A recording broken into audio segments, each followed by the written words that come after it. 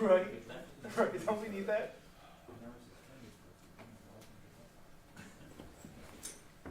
Well, that's it.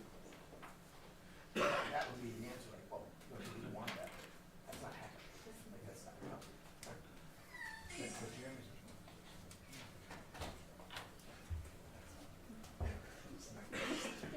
So perfectly. yeah. Don't we need that? I mean, you know, the answer to your question is no. Correct. How you guys handle those? Oh, yeah. I was respect. It has to, it's just, it's, oh, I can do that.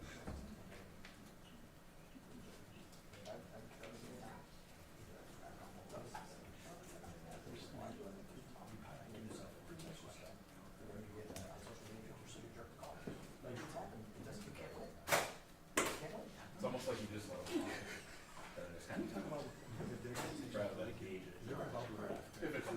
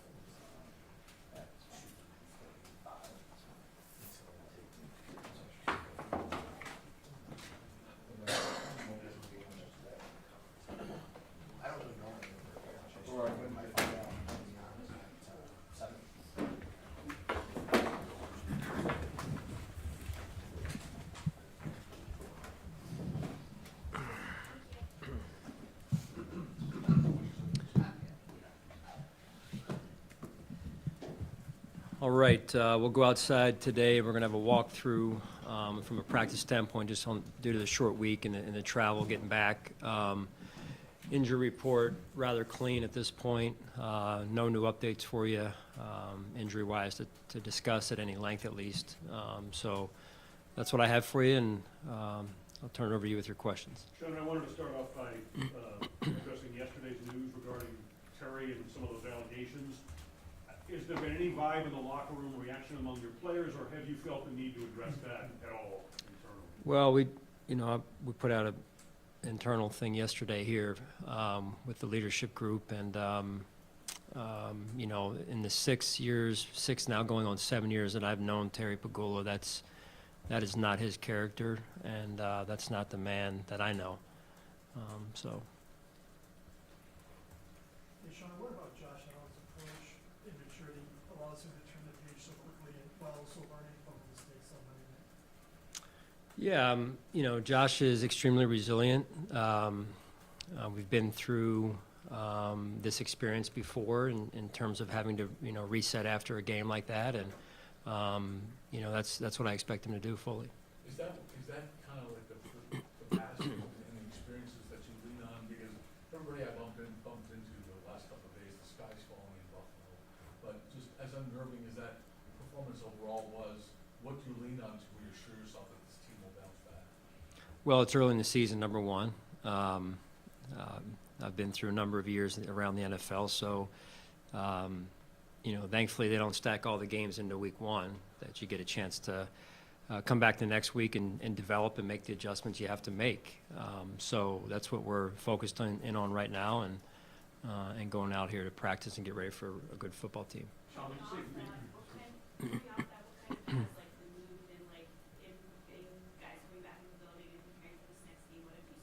Yeah, they've been professional. Everyone looks at the game and says, "Hey, this is what they look at themselves first and say, this is what I could have done better," and I think that's the right approach. And then we move forward as a team, and we've got to do some things better. There's a lot that we did do well, but at the same time, there's things that we've got to do better as we move forward here and build for the season throughout the year. Sean, in terms of obviously decision-making was a problem when he threw the ball, but the two plays that I want to point out were running plays where he refused to go out of bounds when he had the easy out, and then he's jumping over a defender on another play. How many times do you have to tell him before he will learn that lesson? And has it gotten frustrating for you that he doesn't seem to listen to that point that you're probably trying to make to him?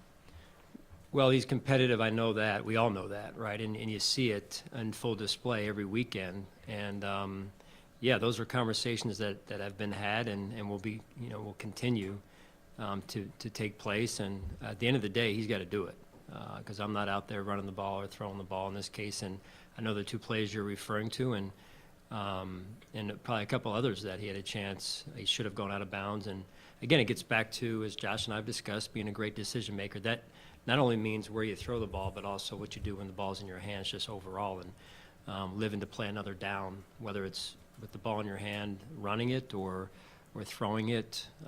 So it's just being a great decision maker, and I know he has that ability. I've seen him do it. Sean, Is before you were along, it maybe easier said than done to make those changes for Josh? Well, everyone deals with their own challenges. In this case, Josh has a lot of good, and we've all seen that. We've seen the talent, we've seen the competitiveness. So everyone has things that they're working on. In this case, Josh is working on these areas of his game, and I fully expect him to make the adjustment. Are there other ways he can work on that when it's his competitive nature besides just hearing it from you guys, whether it's practice on the sidelines, are there other methods that can help him?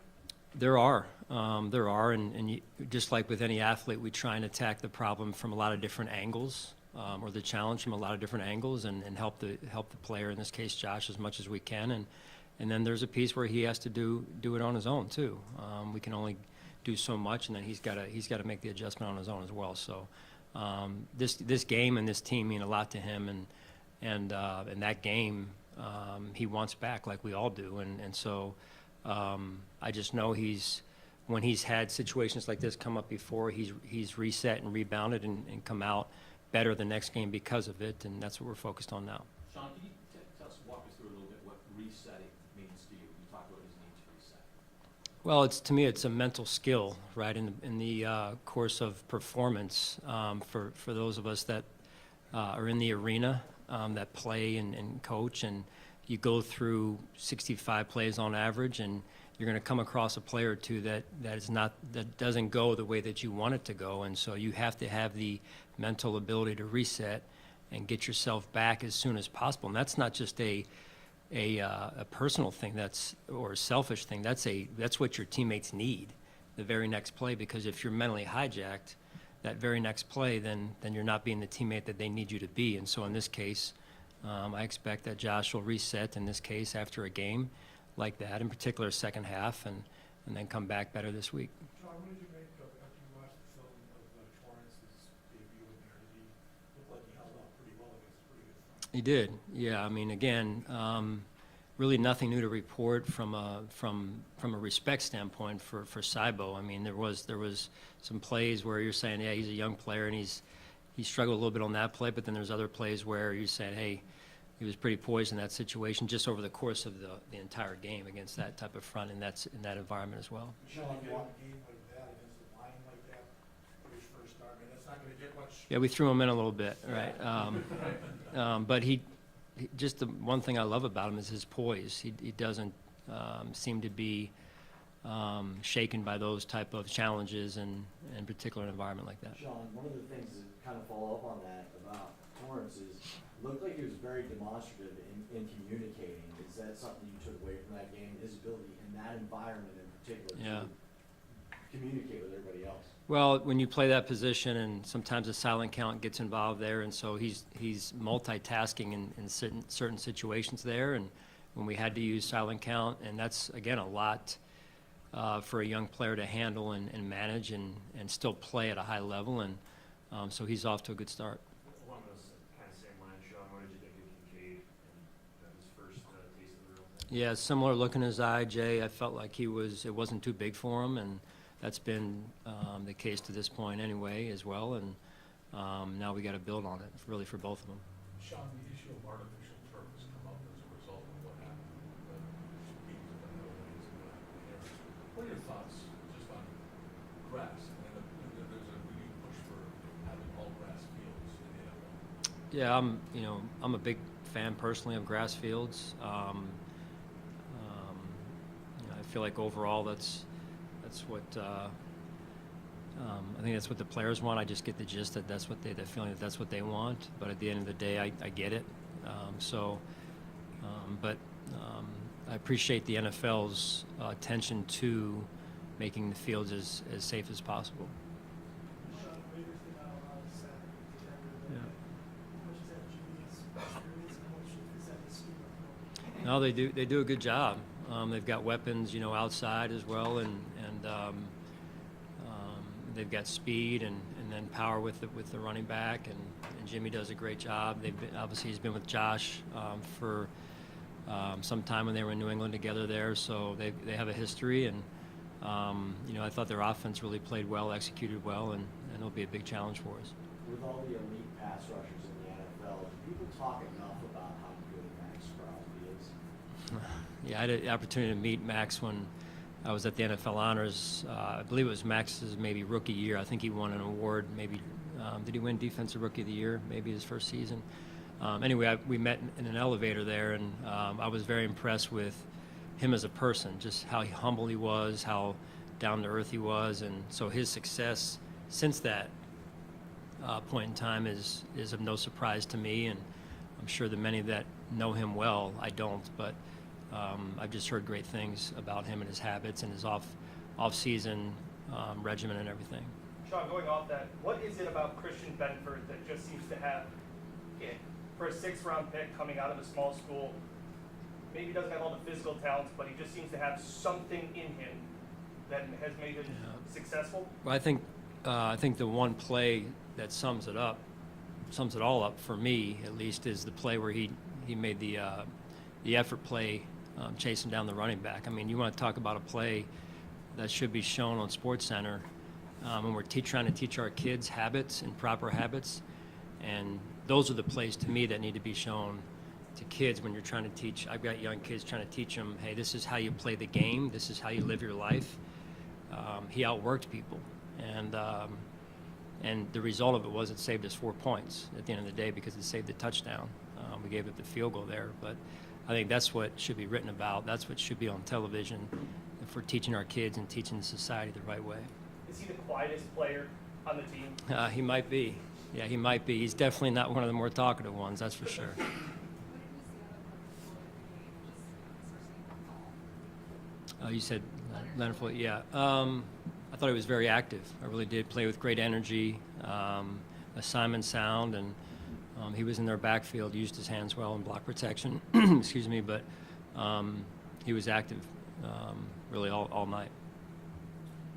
What area did you feel you needed to improve to avoid some of the struggles you had at first down? Well, I just think overall, there's a lot that goes into that, and I think just the run and pass working together a little bit better, and establishing a line of scrimmage. You want to be able to do that early in the game, and then a clean pocket. I mean, all of that is how you play good offensive football, and I think you want to get off to a better start, and we didn't get off to a great start in that regard. I thought we did a good job getting the ball out of Josh's hands, and I think in the first half Josh was like 17 for 20-some, low 20 number, and but having said all that, there's other things that we wanted to get done maybe in that first half, early in the game, that we didn't get done well enough. All right, thanks. Thank you.